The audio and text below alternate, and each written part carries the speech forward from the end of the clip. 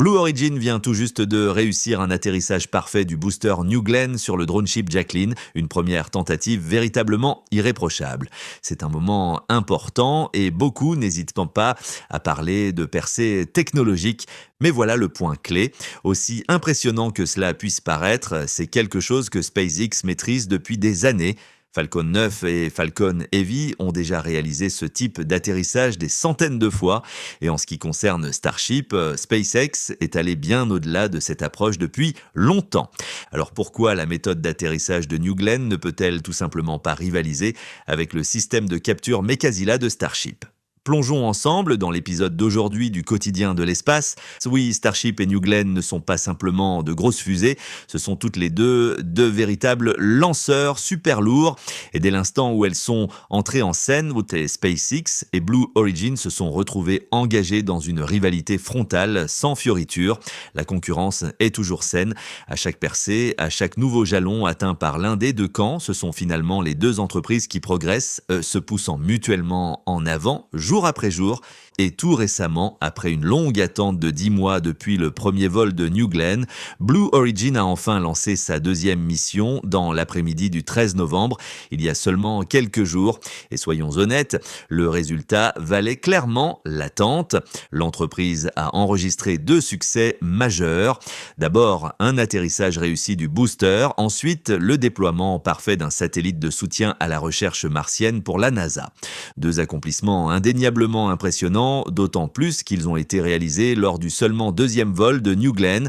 Mais voilà la réalité, ce sont des choses que SpaceX fait depuis des années et qu'elle fait en continu, semaine après semaine, pas une fois de temps en temps.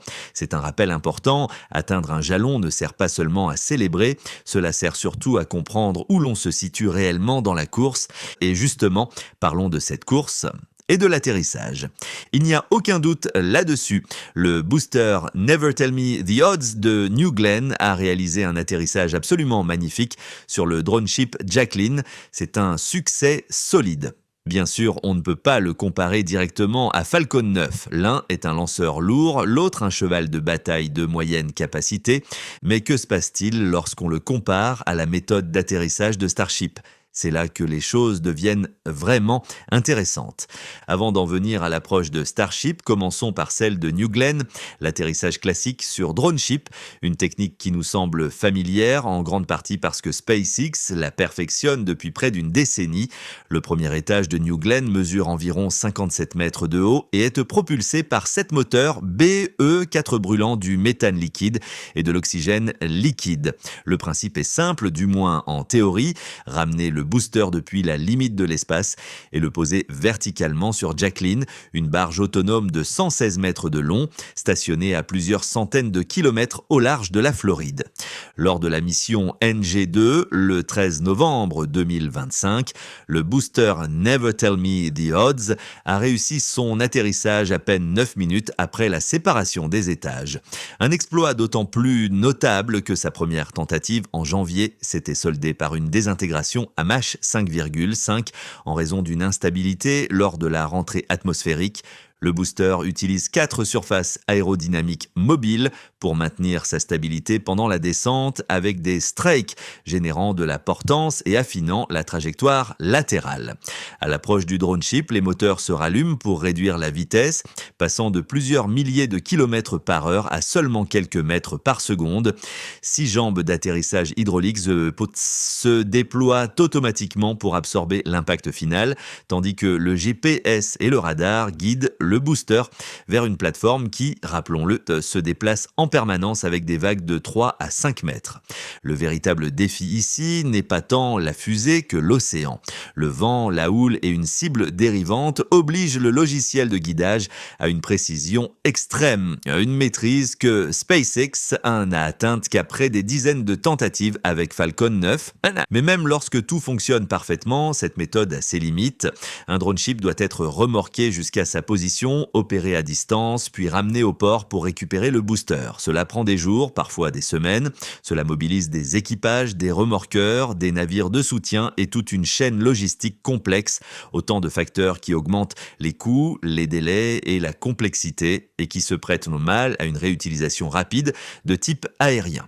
Passons maintenant à Starship et à Mekazila, un tout autre niveau d'ambition.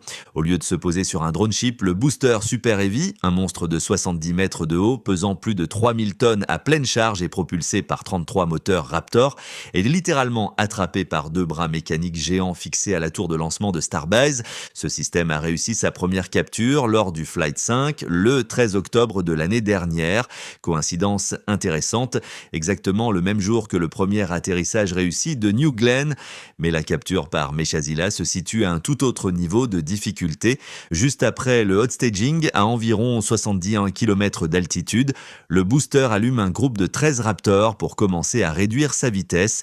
Il passe ensuite sur seulement 3 moteurs centraux venant se stabiliser précisément au-dessus de la tour pendant que les énormes bras, pesant chacun plusieurs centaines de tonnes, se referment. À l'aide d'actionneurs hydrauliques et de capteurs laser, les bras saisissent les points de charge situés sous les grids fins, et tout cela se déroule en environ 7 minutes entre la séparation et la capture. La précision requise, à moins d'1 mètre, avec un booster descendant à une vitesse d'environ 5 à 10 mètres par seconde. La tour Mekazila elle-même est un colosse d'acier de 145 mètres de haut. Grâce à sa masse gigantesque et à ses systèmes d'absorption des chocs, elle peut encaisser des forces colossales. En complément, SpaceX utilise un logiciel de prédiction de trajectoire en temps réel, essentiellement un système de guidage assisté par IA, pour ajuster très légèrement la position des bras afin de rencontrer le booster en plein vol. Le défi est ici fondamentalement différent de celui d'un drone ship. Un navire peut dériver et se repositionner, une tour fixe, elle, ne le peut pratiquement pas. La moindre erreur de guidage ou un problème météo peut se traduire par un impact direct sur l'infrastructure du pas de tir. Les ingénieurs de SpaceX ont consacré des dizaines de milliers d'heures de simulation pour maîtriser la physique extrême de l'arrêt d'un booster environ 3 fois plus lourd que celui de New Glenn, et cela sans jambes d'atterrissage. Cela implique des contraintes de rentrée plus sévères, des marges de contrôle beaucoup plus étroites, absolument tout. Geb, alors pourquoi, malgré les risques immédiats et la complexité extrême, cette approche est-elle considérée comme tellement plus impressionnante, surtout pour un lanceur lourd? D'abord parce que personne d'autre sur Terre n'a jamais réussi cela. SpaceX est la seule entreprise à avoir capturé un booster avec des bras de tour. La Chine tente de s'en inspirer, mais ses progrès restent encore très flous. Ensuite, en termes de difficulté pure, un atterrissage sur drone ship, comme celui de New Glenn, est tout simplement un problème beaucoup plus simple. Le navire offre une large marge d'erreur en pouvant se repositionner, et surtout le booster de New Glenn est plus petit et plus léger, ce qui réduit considérablement l'inertie à gérer. De nombreux experts résument la différence ainsi: atterrir sur un drone ship, c'est attraper un poisson avec un grand filet, mais Meshazila, c'est attraper un couteau qui tombe à main nue. L'un tolère l'erreur, l'autre pratiquement aucune. La tour exige un ordre de grandeur supplémentaire en précision. Si le booster manque sa cible d'1 ou 2 mètres, c'est la catastrophe pour l'ensemble du site de lancement. Comme l'a écrit Elon Musk sur X, l'absorption des chocs est intégrée au bras de la tour. Comme la tour est au sol, elle peut utiliser beaucoup plus de masse pour arrêter la quantité de mouvement descendante du booster. Et c'est là que la difficulté atteint un autre niveau. Arrêter un booster de plusieurs milliers de tonnes sans jambes d'atterrissage implique de gérer des modes vibratoires extrêmes, des phénomènes de résonance et des forces de cisaillement latérales pouvant atteindre des millions de newtons. Si les ingénieurs ne parviennent pas à maîtriser ce niveau de complexité, alors il ne faut même pas envisager Mars. Mais la véritable magie de Mekazila ne réside pas seulement dans la difficulté extrême du concept, elle réside surtout dans l'efficacité qu'un tel système permet d'atteindre pour une fusée lourde. Avec une capture par la tour, la réutilisation rapide devient enfin réaliste. Imaginez la la scène. Le booster est attrapé par les bras, immédiatement abaissé sur un transporteur, puis l'ensemble repart directement vers le site de production. En quelques heures à peine, les ingénieurs peuvent commencer les inspections et la préparation du prochain vol. On parle ici d'un tout autre modèle opérationnel. Avec New Glenn, c'est exactement l'inverse.